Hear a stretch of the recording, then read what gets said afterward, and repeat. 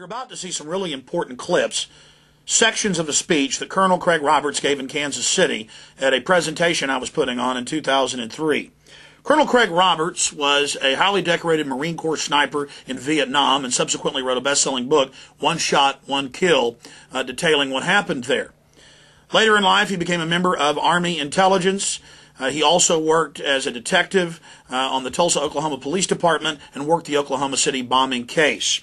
Colonel Roberts is an expert on the New World Order, and his insights give us a view into the mind of the globalist thinkers and to many aspects of the crimes they've committed. Here's Colonel Roberts. Where are we at now? The final target is the American people. And who benefits? On the Hegelian principle, remember, create a fear of attack, pass a stronger anti-terrorism bill every time. Now, the way it works out, the difference between communism and Fabian socialism is communism says, kick in the door, shove a gun in their face, and tell them, be a communist or die. Real quick. Fabian socialism says, knock on the door and put one foot in the living room, talk your way into putting the second foot in the living room until you own the whole house. You do it by legislating your way there a little bit at a time. It's called the frog in the pot. It's called incrementalism. It's called the inchworm effect, where the inchworm feels out. If it feels resistance, it backs up and moves around the object. Incrementalism is, I come to you and I say, I want to take all of your house. And you say, you can't have all my house, but I'll let you stay in my front yard. I'll compromise. Okay, that's fair enough. A week later, I want your front porch. I'm not going to give you my front porch, but you can have the steps. See? This is what happens when we get at the national level in Washington, D.C.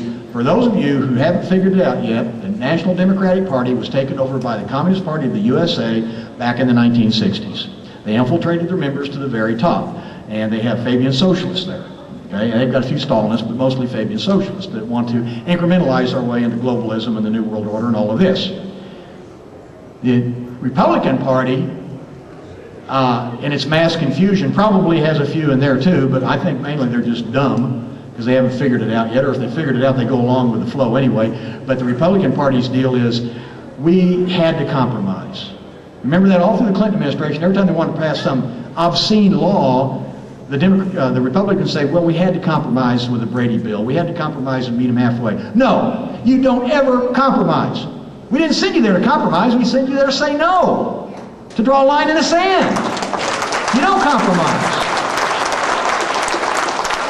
Because compromise allows the enemy to advance at least halfway, and they ask for the rest tomorrow. So the Hegelian effect is, you don't want to do it. You don't want to compromise, so we're going to make you want to do it with mind control, and we're going to do it by scaring you and telling you it's going to hurt your kids, it's going to hurt you, whatever. They create a scenario, and you buy off on it. So we end up with stronger anti-terrorism bills, which are basically anti-constitution, and run around the Constitution. We've got prohibit the private ownership of guns eventually. Right now, the Ninth Circuit's already come out and said that gun ownership is not an individual right. It's a privilege given by the government. Folks, there's a big difference between rights and privileges. Privileges are given by the government. Rights are something you have they can't take away. And they're trying to redefine which is which. And they're trying to move the gun rights into the gun privileges. And we can't let them do that. Somebody asked me once, well, Roberts, what's your tripwire? What's your line in the sand? When do you actually do more than just speak? Well, I'll tell you what, if I ever see a Chinese guy driving down my road with a blue hat, he's going to wish he didn't come there. Now, I may be slow, and I may be old, and maybe I don't see as far as I used to, but I got a heck of a good trigger finger. Okay.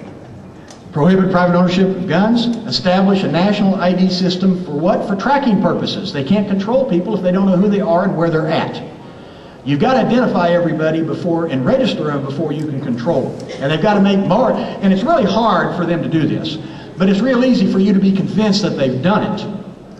I.e., oh, I've got a social security number, they can find me anywhere. I've got a driver's license number, they can find me anywhere. I've got this, they can find me anywhere. Wrong answer. It's like trying to drink water out of a fire hose.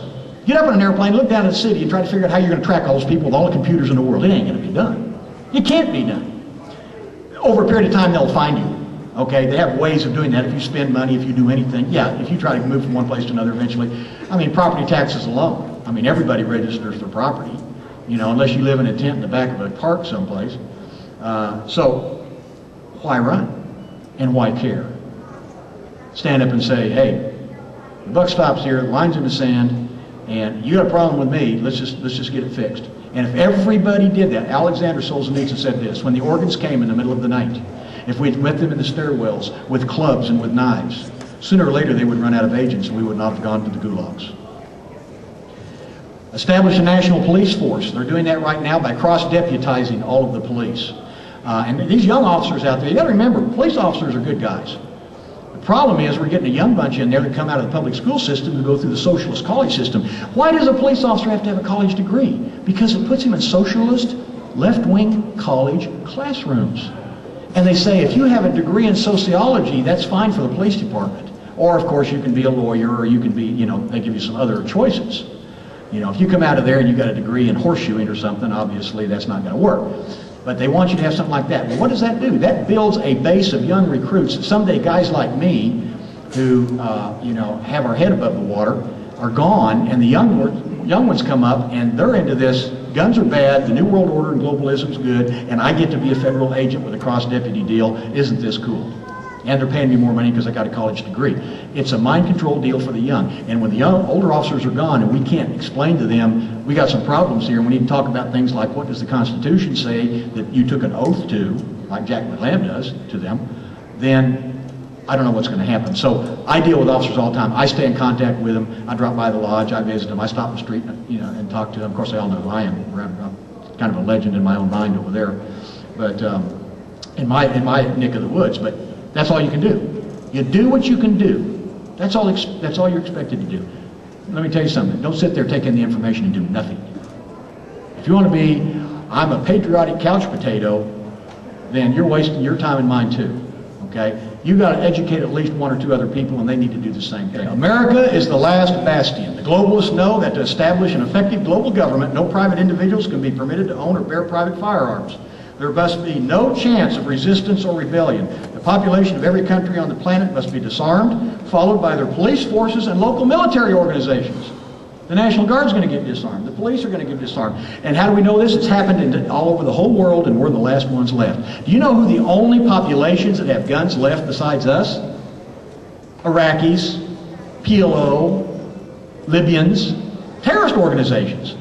Now, when only the terrorists have guns, what is that going to mean? Okay? So the biggest thing is, if we meekly do what the Aussies and the New Zealanders and the Brits and the Canadians have done, we deserve what we get. They're going to legislate the guns away by fear, create fear by using the events in the media, have legislation ready to pass that reduces or eliminates firearms in the hands of the citizens. How many can you own? How big are the magazines? Pretty soon it's going to be single shot, then it's going to be, we got to get rid of certain categories and classes of weapons. How about the multiple projectile weapon of mass destruction? The shotgun. How about the preferred weapon of the assassin? The .22. How about the sniper class weapons? Anything with a scope on it. Pretty soon you got them all.